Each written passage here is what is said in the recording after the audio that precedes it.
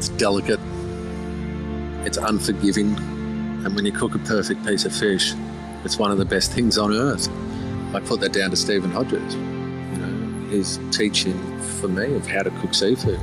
There's nothing better than eating raw, perfect, aged fish. This is the Deep in the Weeds podcast. I'm Anthony Huckstep. The last 2 years have shone a light on how the restaurant model works. The notion that large venues with many seats being turned over a few times a night seems old hat, and a swathe of new operators have been launching into small boutique offerings, minimising food costs, staff costs, and the high rents. The trilogy of pain points for the industry. In that vein, small Japanese restaurants have flourished as our appetite for cuisine from the land of the rising sun develops too. Joel Best is the co-owner of Besuto, soon to be opened in Sydney. Joel, how are you? Mate, thanks for having me on board. It's good to catch up with you. You've had quite an interesting couple of years. You sold a business a couple of years ago and avoided a lot of the chaos that a lot of operators have had, and yet you're launching a restaurant still amid COVID. What's it been like for you the last couple of years? I'm grateful. Would be a word that I go back to quite often. I'm very grateful that I sold my places at the beginning of 2019 and missed the shit show of coronavirus and the floods and the fires that people often forget about that were just before COVID hit. So for myself, it was a chance to recharge. I played a lot of golf. I taught myself some golf, played a lot of golf, and then this little project is more a passion project. I don't need to do it. It's something that excites me, and it's something that I want to eat as well. So reflecting on the last couple of years I'm grateful. Is one word that just comes back to mind all the time. I want to get into the new venue that'll open soon in a little while. Take us back to when you were young. When did you first get interested in food and realise that chefing might be for you? It comes back to helping my mum in the kitchen. So I'm the youngest boy of 4 boys. So there's 3 brothers. I'm the youngest. And growing up in a single parent household, everyone had to chip in. So I always found myself in the kitchen, helping my mum out, prepare the meals. And it comes back to that. And growing up with being the youngest, and, all boys were brought home by the police at one stage in their teenage years. The kitchen was a safe place, or used to be a safe place. And when I was growing up, it was a safe place. And, when my brothers were beating me up, I'd run to the kitchen. That's where I'd run for protection when I was young. Run to mum for protection. And when I was older, I'd run to the kitchen to pick up the knife. And I was actually banned from using any chef's knife in my household from about the age of 8 to 14. So it's quite interesting that I became a chef. And, the chaos in the kitchen that, all kitchens are chaotic, or used to be. That was quite familiar for me. And, so it comes back to, I think, helping my mum out in the kitchen. Do you remember when you first stepped foot in a commercial kitchen and how different that was? I started working in a deli, in a gourmet deli out at Dural when I was 14. And that was great training. Everything was done properly. All the sauces, everything was followed, all the recipes were followed to a T. And the owner guy, Nusafora, Italian bloke, very hard and particular on the way things were done. And, all through my training, and, whether we go from there, I went to Pier and trained under Greg Doyle and Steve Hodges, who were both, quite notorious for ripping people's heads off for no particular reason. But they were very particular. And Steve Hodges was an amazing mentor in the kitchen. And he was also an amazing mentor to me, both in my personal life. But the training that I was given between those two venues, and completely different venues. One being a deli and one being a 2-hat, 3-hat restaurant. But I'm grateful for the experience that I received from both those restaurants and both those venues. Take us back to the kitchen at Pier with Greg Doyle and Steve Hodges. What did you take from that time? What was some of the positives as a chef that you took out of that? Oh, the love of seafood. I mean, just the love and desire to produce good seafood dishes. I mean, my first day in the kitchen, Greg tore my head off because I didn't know what wasabi was. I didn't know. It was my first day. I'd never eaten raw tuna in my life. I'd never eaten fresh tuna in my life. I'd only ever had canned tuna. And it was eye-opening. I spent 2 years there, and it was an interesting 2 years. I took a lot of drugs over that 2-year period, so a lot of it's actually blurry. But the training was amazing, and it was ingrained. They ingrained the training into you. And when I was as an apprentice there, I mean, some weeks I'd do 90 hours. I wouldn't go home. I'd just go out and party and come back to work and do it all over again. And, it got to a point where I think it was a Sunday, and I remember getting to work and then have no memory of the whole day until 3 o'clock. And I was like, wow, what have I done for the last 8 hours, 9 hours of work? And that's when it really hit me going, wow, I better lay off the drugs a little bit. And that Pier gave me the passion for seafood. And I love it. I still love it to this day. When you realised that there was an issue with drug taking, what sort of steps did you take to walk through the door and change things? Oh, that didn't happen till I was 30. So, that was from 17 when I started at Pier. So that was it was a 13-year ride. I've done 2 stints in rehab at South Pacific Private, which I think has been amazing and is an amazing program. And it really teaches you to look into yourself. And I have the problem with, the word addiction. I don't believe in addiction. I believe addictions are a symptom of an underlying issue. And unless you deal with the underlying issue, those addictions will keep continuing. And whether you swap those addictions from drug to alcohol to work to sex, whatever the addiction is, to overeating, whatever that addiction is, unless you're dealing with the underlying issue, then those addictions will keep coming back. So I find it when people go, oh, that's an addict, or he's an addict, or you're an addict, and I find it really hard to stomach that, because once I dealt with the underlying issue, and my underlying issue was I would suppress all my emotions. I wouldn't want to deal with them, and the easiest thing is to take drugs, drink, work 100 hours a week. So South Pacific was amazing, and it taught me really to look in and go, right, maybe I do have some hung-up issues of my parents separating as a kid and having been abandoned as a child, and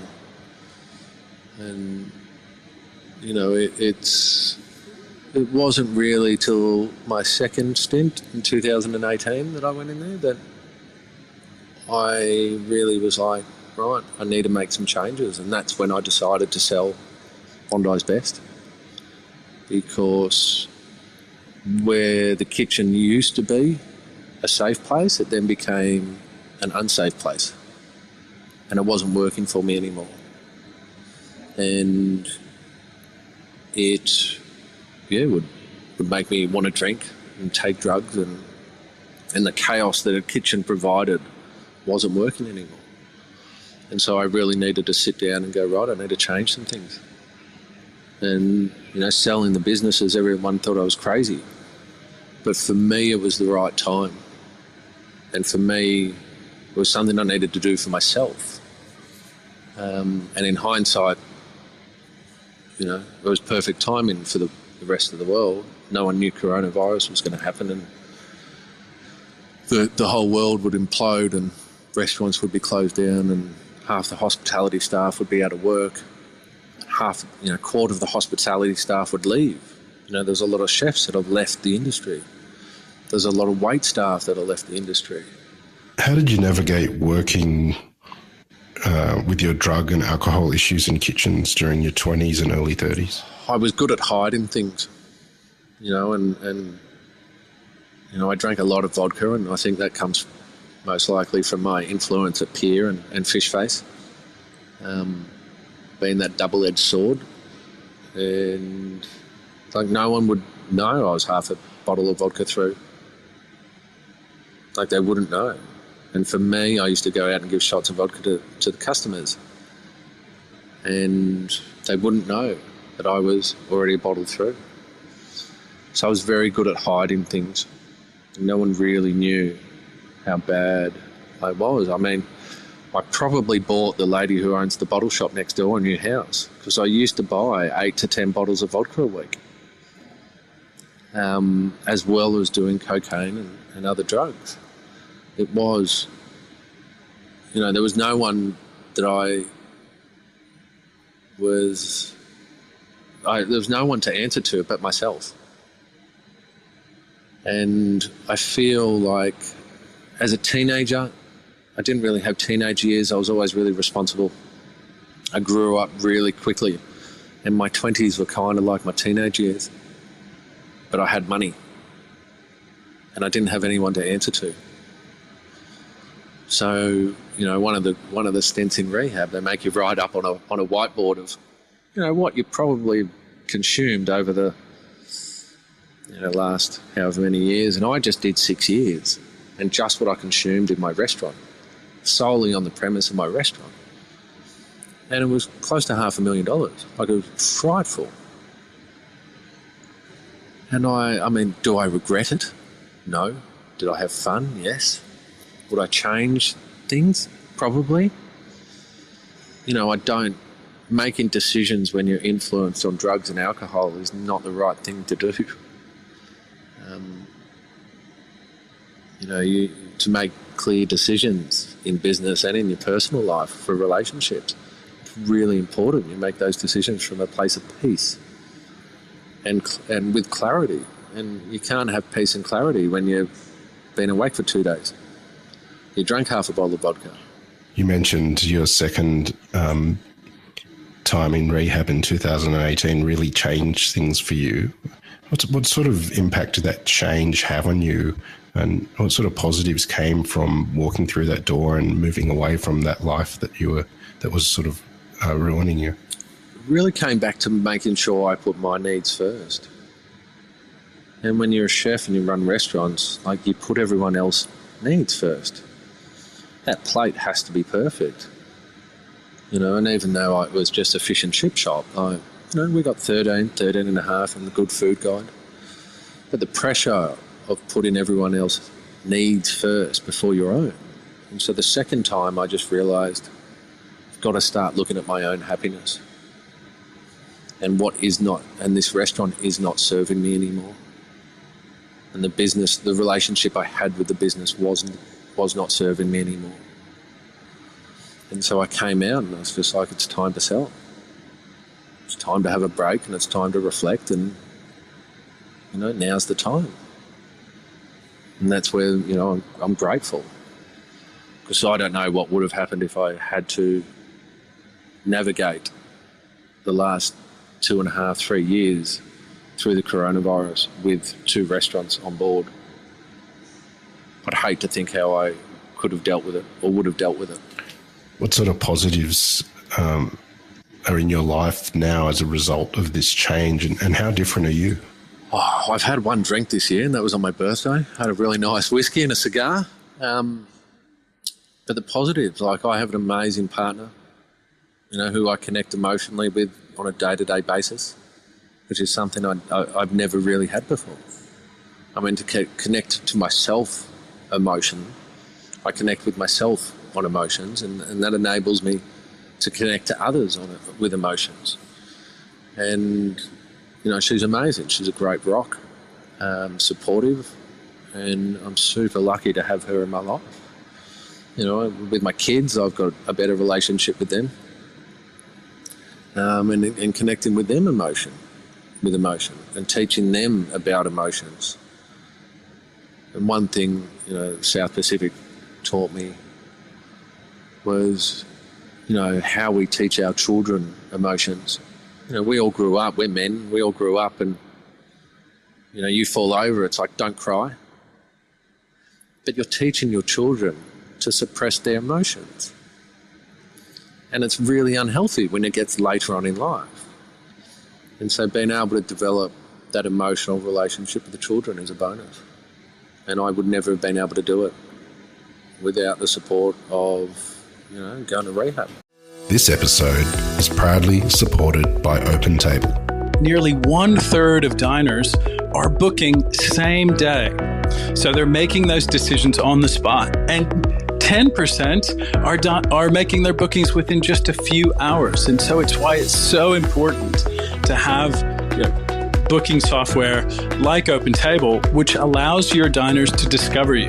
And so when restaurants are on platforms like OpenTable, they're much more likely to be discovered. We help diners to connect to restaurants. Ultimately, having technology, using technology, helps you to reattach to those diners. Experience the power of OpenTable. For an exclusive offer, visit restaurant.opentable.com.au/DITW. Amongst this lifestyle that you had for quite a long time, you built a love for and a name for amazing seafood and the ability to hero it on the plate. And tell us about your approach to cooking seafood and what it is that you love about it so much. It's delicate. It's unforgiving. And when you cook a perfect piece of fish, it's one of the best things on earth. And I put that down to Stephen Hodges. His teaching for me of how to cook seafood and how to, care for it, from dry scale to, storing the special fish fridge. There's nothing better than eating raw, perfect, aged fish, or cooking it perfectly, where it just sets, where the protein sets in the middle. And I had a discussion with someone yesterday, my therapist actually, and I was explaining all proteins should be allowed to rest after cooking, whether it be beef, seafood or chicken. And he was surprised by this fact. But seafood, when you cook a fillet, the residual heat keeps cooking. So to be able to pull that fish off at the right time, allow that to sit and rest, so the residual heat just sets the protein, and it's one of the best joys of life, I think. Best seafood was more than a fish and chipper, and was very, very popular. What were some of the great dishes that you're really proud of from that period of your life? One comes to mind of the Chatham Island blue cod that we got out of New Zealand. We used to just serve with a spicy miso soup. It was phenomenal. And that was a relationship that I, had with the fishermen from Chatham Island.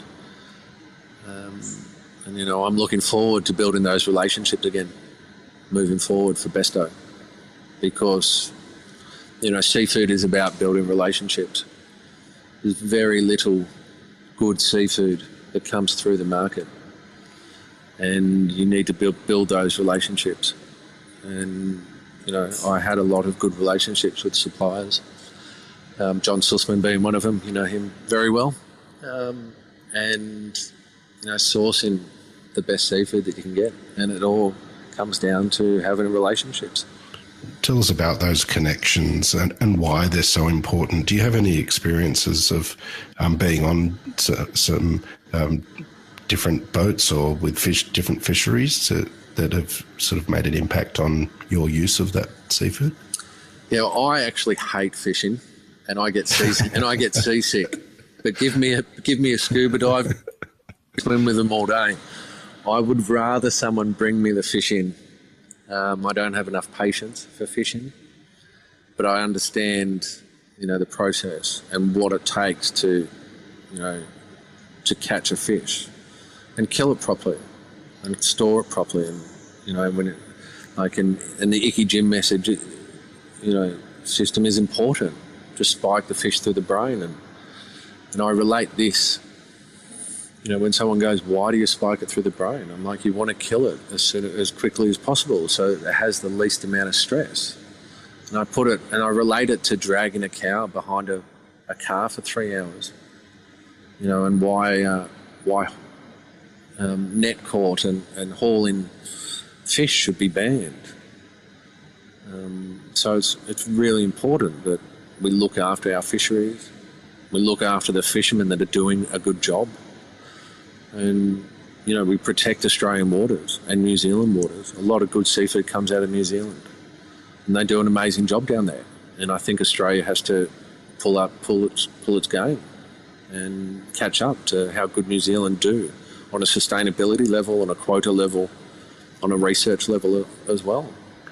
You mentioned that you sold your restaurants before the pandemic, and this time you've felt very blessed to not have them during bushfires and floods and the pandemic.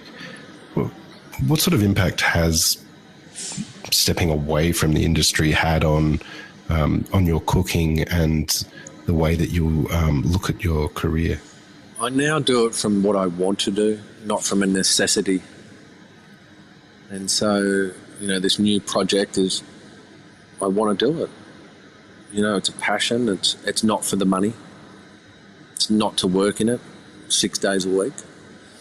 It's just something I want to do and that I'm going to find a lot of enjoyment out of.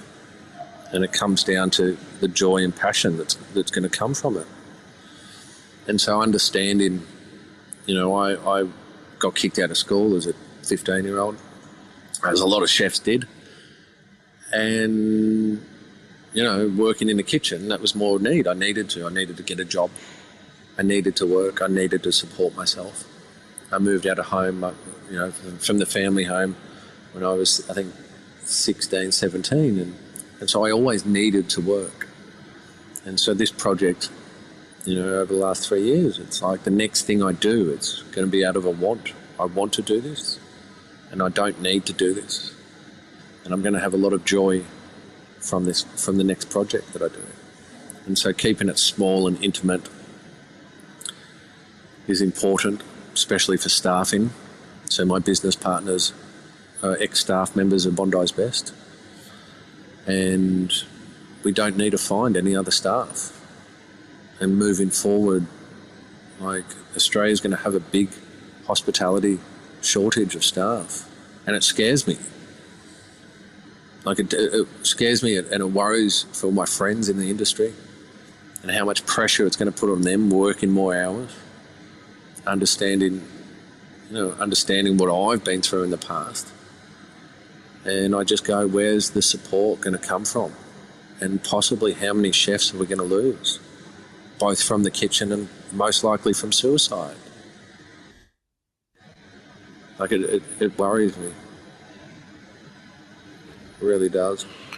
What are some of your favourite memories of Bondi's Best? Favourite memories?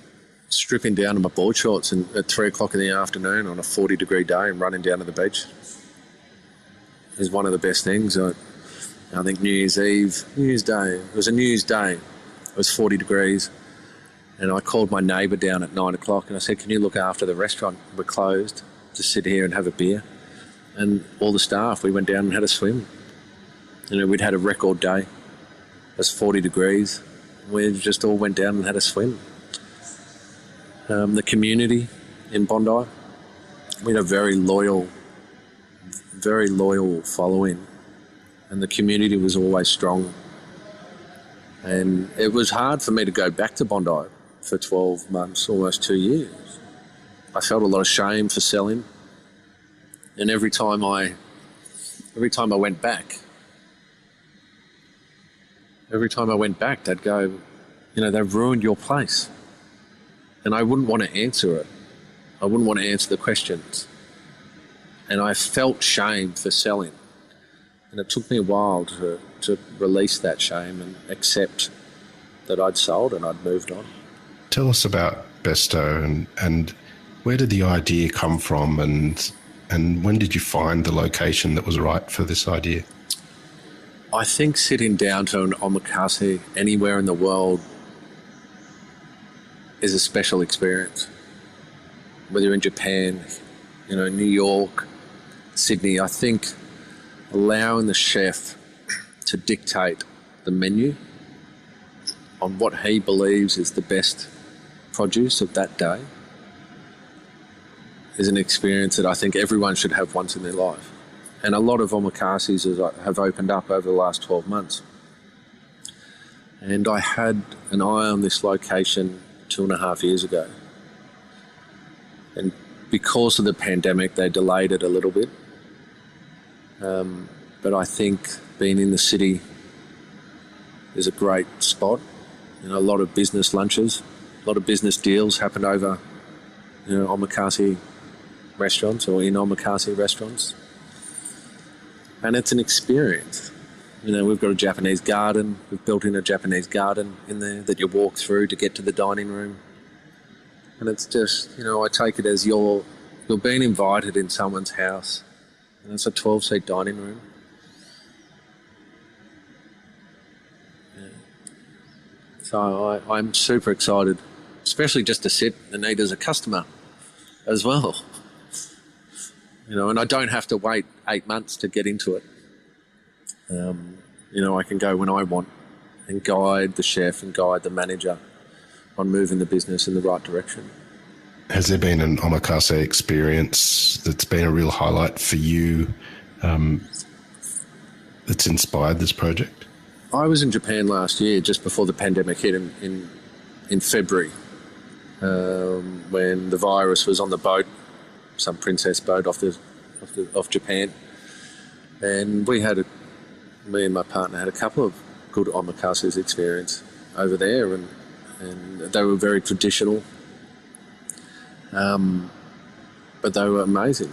One of the chefs took me through the Japanese fish markets, the new one, one morning at 5 a.m. and took me through to all his suppliers, and it's just the whole process of, you go down to the markets every morning and you go find the best piece of fish that you can for that day, and the best octopus and the best roe and the best umi, and you go back and you carefully prepare it. And those 6 lucky punters at night time are the ones that get to benefit for all that hard work that's been put in through that day. You mentioned your concerns about staffing as we move forward and society opens up again, but do you think there's some positives to come out of this adversity that can create positive change for the industry?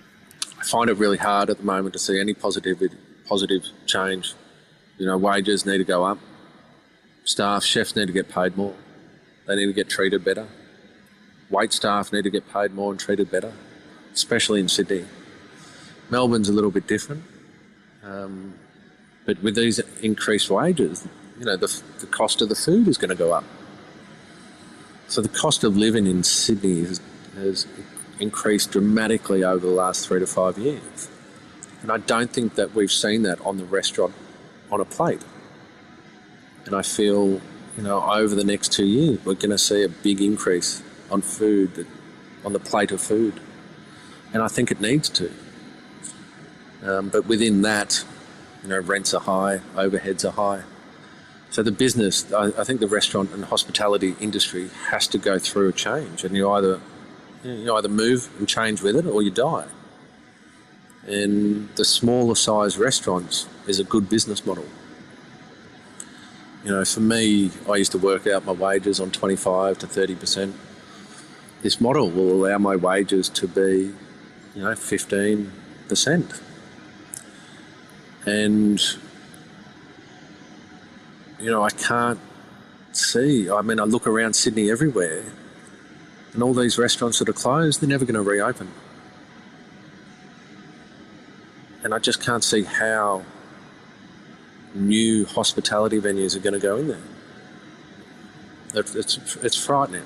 And just the quality of food, the chefs that are going to be working 80 hours a week because there's no one else to cover them. Like, it's extremely worrying. It's really important that we restaff and we open our borders.